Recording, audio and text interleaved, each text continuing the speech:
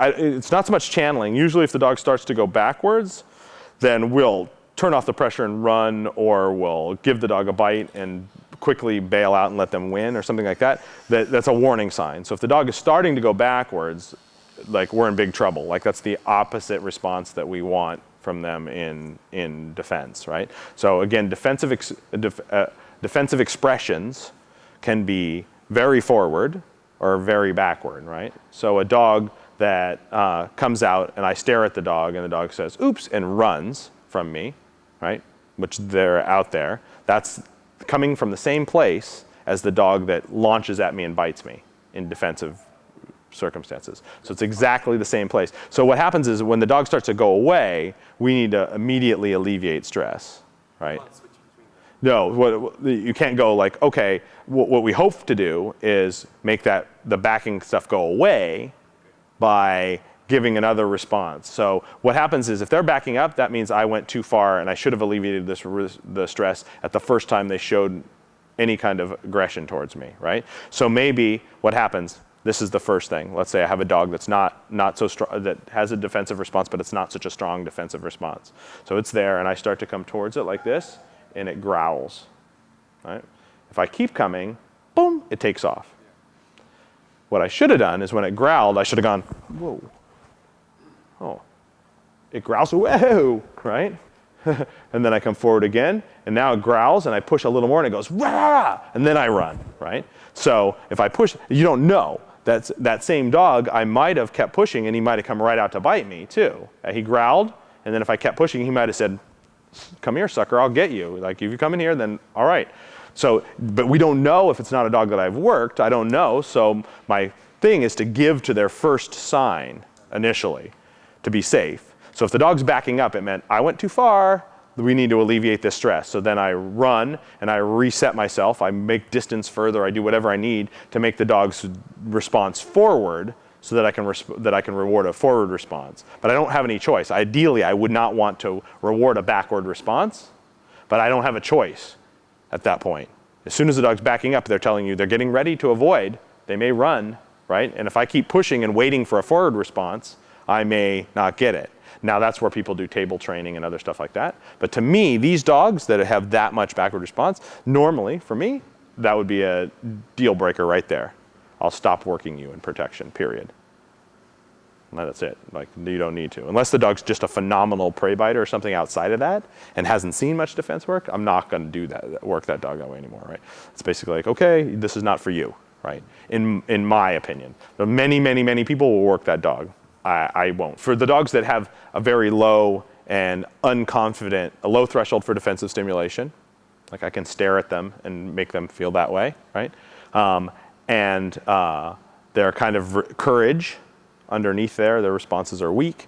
And I continue to work with that dog. I'm not going to make that dog into a good bite work dog, but I potentially make that dog dangerous, right? So I teach them to alleviate stress. So I could take that dog's possible flight responses away from him. I can put him on a table, put him on a short tie against the wall where he can't go anywhere. And I just keep pushing until he finally decides he has no choice but to aggress forward. I alleviate that stress, he wins, yay, ba, ba, ba, right? So with that dog, then, because he's so low, it's not that he's going to turn from that into a great dog. He's not. I've basically taken the flight response away, and he may bite now, but he's not going to go win competitions and things like that. So now I've taught this dog to bite when he's stressed. When you don't think you can get away from something and it's making you nervous, bite it, and that you'll win. So now I have that dog out in the world. I'm hanging out at the coffee shop, and the homeless guy standing next to me stares at him a little too much, and my dog nails him, right? Oops. And the problem is I didn't turn that dog into a good protection dog. I just made myself a liability. So I taught him, when you're stressed, bite the snot out of somebody and it'll stop, and that's where it'll stop. So instead of then maybe growling and hackling up and backing away from him, he bites him now because we taught him that's what you do. Where his normal response would have been to get the hell out of there. So the homeless guy would have stared at him before that a little too much, and the dog would have gone, "Rrr," and you would have gone, hey, hey, knock it off, and you'd have got out of there, and it would have been over. But now the dog sees him and goes, oh, here it is. I got to bite this guy. I don't want it, but I got to. Bam, and he drills the person, right? So those dogs I don't work. Like, again, before in my early stages, and I can't say that I didn't learn a lot about dog behavior from this, because I did. We made all kinds of dogs bite that had no business biting, right? We did all kinds of not good stuff, right? So in personal protection circles, we did things to get dogs that had no interest in this. And then, and again, none of these dogs turned out to be good at this stuff. You know, and we put them through all kinds of unnecessary stress and the rest of it. So now, for me personally, and everybody has their own moral code when it comes to dogs, but for mine, unless the dog really wants to do this, I'm not working it in protection.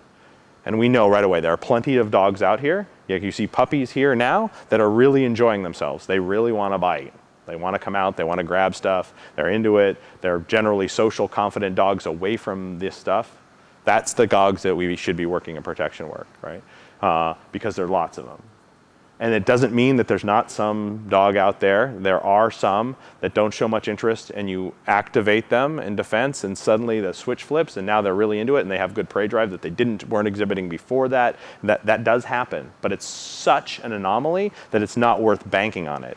And for everyone that does, there's going to be 1,000 that don't, that you've put through this stress, then didn't turn out to be okay. So when it's again like everything I'm saying, right? I'm saying this is a guideline. It's the same thing with dogs. As soon as I say activating dogs purely in defense is never productive, we're gonna go find a dog that it worked beautifully for, right? But that dog is such the exception to the rule that the odds don't make it worthwhile. For me, they don't make it worthwhile.